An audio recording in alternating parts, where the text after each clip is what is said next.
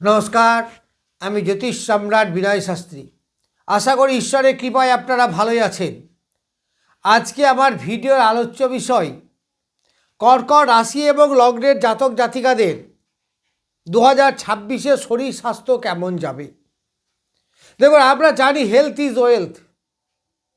আমরা যাই কিছু করি না কেন, প্রথম যেটা দরকার সুস্বাস্থ্য বা রোগবিহীন স্বাস্থ্য। তাহলে আমরা সুস্থ থাকব যদি আমাদের রোগ না থাকে, সেটা যে কোনো ধরনের মানসিক রোগ, শারীরিক রোগ, যে কোনো রোগই হোক। তাহলে এই যে শরীর, রোগ, এই জায়গাগুলো যদি আমাদের সুরক্ষিত থাকে, তাহলে আমাদের রোগে ভুগবো কম। তার মানে আমাদের শরীর স্বাস্থ্য ভালো থাকবে। তাহলে 2026-এর প্রথম থেকেই দেখুন এই কর্কট রাশি বা লগ্নের ভাগ্যপতি বা নবমপতি বা সবথেকে শুভ গ্রহ দেবগুরু বৃহস্পতি, সে থাকবে দ্বাদশে। তাহলে বছরের শুরুটা দেবগুরু বৃহস্পতিকে দ্বাদশে রাখলাম বা দ্বাদশে থাকলেন। তাহলে দেবগুরু বৃহস্পতি যেখানে থাকবে বা দেবগুরু বৃহস্পতি যেখানে যেখানে দৃষ্টি দেবে, সেই জায়গাগুলো সুরক্ষিত থাকবে, কারণ নৈসর্গিক শুভগ্রহ দেবগুরু বৃহস্পতি। তাহলে দ্বাদশ মানে আমাদের হসপিটালাইজেশন।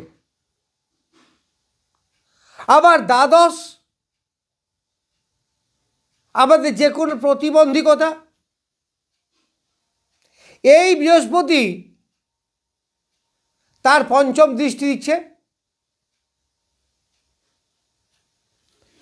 তুলাতে, আবার নবম দৃষ্টি পড়ছে তার অষ্টমে।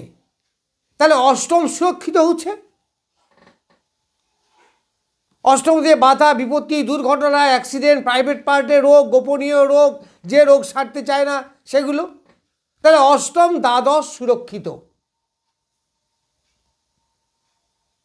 তার মানে আমি রোগের হাত থেকে কিছুটা রেহাই পাবো, আমাকে হসপিটালাইজেশন যেতে হবে না, তার মানে আমি সুস্থ থাকবো।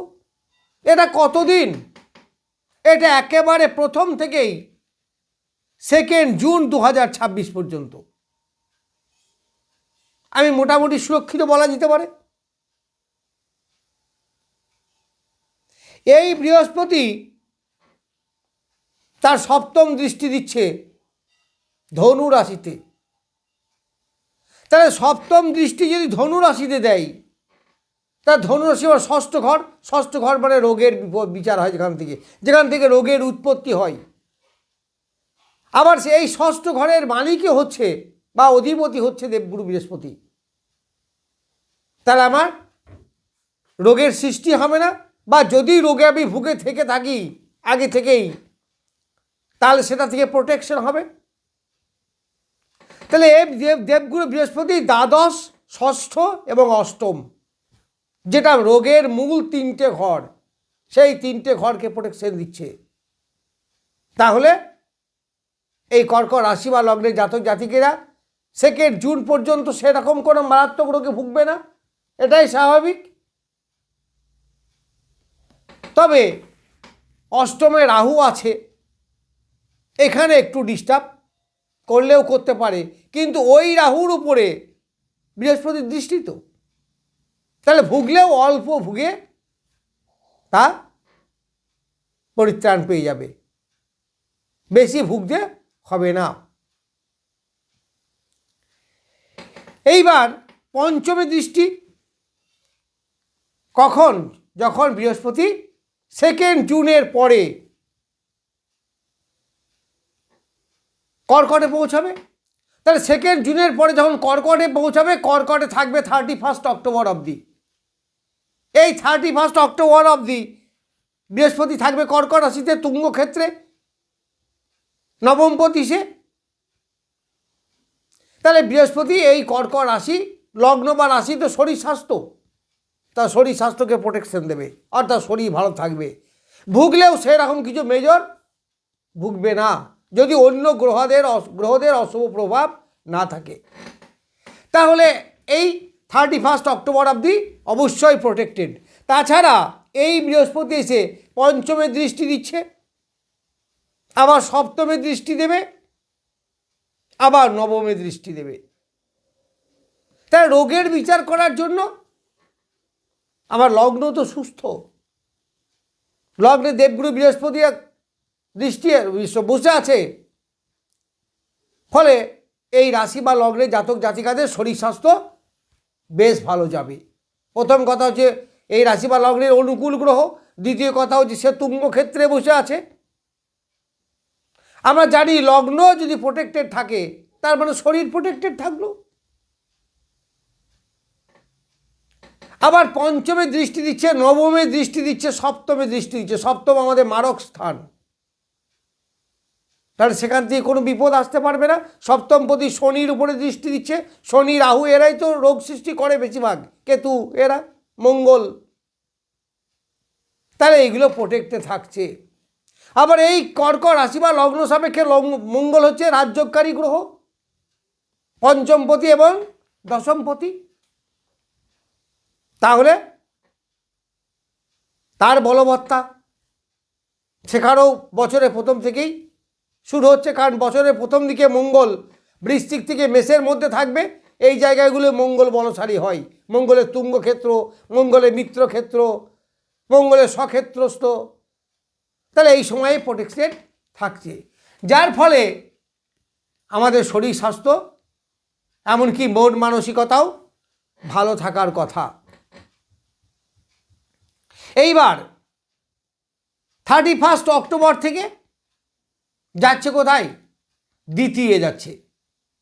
তাহলে দ্বিতীয় যদি যাই এই দেবগুরু বৃহস্পতি, তাহলে ষষ্ঠে দৃষ্টি দেবে, আবার অষ্টমে দৃষ্টি দেবে, কারণ বৃহস্পতি সপ্তম দৃষ্টি পড়বে অষ্টমে, আবার পড়বে দশমে। তো যাই হোক, তাহলে ষষ্ঠ অষ্টম প্রোটেক্টেড হলো, রোগের হাত থেকে আপনি অনেকটা রেহাই পাবেন। এই ষষ্ঠ, অষ্টম এবং দ্বাদশ যেটা আমাদের নানা রকম রোগ সৃষ্টি করে, তাহলে এই রোগের হাত থেকে আমরা কি পাবো? রেহাই পাবো। এইবার এই বৃহস্পতি প্রথম থেকেই থাকছে 7 নক্ষত্রে, পুনর্বসু নক্ষত্র। তাহলে পুনর্বসু মানে বৃহস্পতি নিজের নক্ষত্রে থাকছে, তার নিজের নক্ষত্রে কি যে কোনো গ্রহই সে বলবান, তাহলে বৃহস্পতি তার বলবত্তা আরও বৃদ্ধি পাচ্ছে। তারপরে সে যে ঘরের অধিপতি, তারপরে সব সময়ই দেখবেন এই কর্কট রাশি বা লগ্ন সাপেক্ষে ষষ্ঠপতি এবং নবমপতি বৃহস্পতি, তাহলে ষষ্ঠ ঘরের অধিপতি যদি বলশালী হয় এবং ষষ্ঠেই দৃষ্টি দিয়ে থাকে বছরের বেশিরভাগ সময়, তাহলে ষষ্ঠ ঘরকে প্রোটেক্টেড করলো, মানে রোগের হাত থেকে আমাকে মুক্তি করবে। আবার এই যতদিন মিথুনে থাকবে বা সিংহে থাকবে ততদিন পর্যন্ত আবার অষ্টমেও দৃষ্টি দেবে, তাহলে রাহু সেখানে ডিস্টার্ব করতে পারবে না। দুর্ঘটনা, হঠাৎ বিপদ, হঠাৎ শরীর খারাপ, এগুলো থেকে আপনি রক্ষা পাবেন। তাই 7 নক্ষত্র যাদের জন্ম তারা বেশ ভালো, তাদের শরীর বেশ ভালো থাকবে। এইবার এই বৃহস্পতি যখন 8 নক্ষত্রে আসবে, আচ্ছা 8 যাদের জন্ম নক্ষত্র তাদের 7 হবে অতিমিত্র নক্ষত্র। তা সেই 8 নক্ষত্রের অধিপতিকে শনিদেব, ওই শনিদেবের উপর বৃহস্পতির দৃষ্টি থাকছে। তাছাড়া সারা বছরই শনিদেব ওই বৃহস্পতির ঘরে থাকবে, যার ফলে সে বৃহস্পতি দ্বারা প্রভাবিত। আসলে 2026 সালটা বেশিরভাগই অনেকগুলোই রাশি পুরোপুরি বৃহস্পতির কভারে থাকবে। তাহলে 8 যাদের জন্ম নক্ষত্র তারাও প্রোটেক্টেড থাকছেন, তারাও নক্ষত্রগতভাবে যথেষ্ট ভালো জায়গায় থাকবে। এরপর 9 নক্ষত্র, তাই 9 নক্ষত্রে যাদের জন্ম তাদের কাছে এই বৃহস্পতি যতদিন 7 নক্ষত্রে থাকবে তাদের ভালো ফল দেবে। তারপরে 8 নক্ষত্রে যখন আসবে তখন অনেকেরই জন্ম নক্ষত্র পড়বে, 9 নক্ষত্রে যখন আসবে তখন অনেকেরই জন্ম নক্ষত্র পড়বে। ফলে মোরারলেস বলা যায় শুধু বৃহস্পতিকে বিচার করে যে সারা বছরই মোটামুটি শরীর ভালো থাকবে। এখানে অশুভ গ্রহ যারা দুর্ঘটনা ঘটাতে পারে রাহু, তারপরে শনিদেবের উপরে বৃহস্পতির দৃষ্টি থাকছে, শনিদেব আছে বৃহস্পতির নক্ষত্রে, শনিদেব আছে বৃহস্পতির ঘরে, আবার রাহুর উপরে বৃহস্পতির দৃষ্টি মোরারলেস সারা বছরই থাকছে। ফলে এই সমস্ত গ্রহগুলো অশুভ জায়গায় থাকা বা ডেঞ্জারাস কোনো রোগ দুর্ঘটনা নিয়ে আসার আগেই প্রোটেক্টেড বৃহস্পতি দ্বারা, যার ফলে সারা বছরই মোটামুটি শরীর স্বাস্থ্য ভালো যাবে এই আশা রাখি। নমস্কার, আজ এই পর্যন্তই।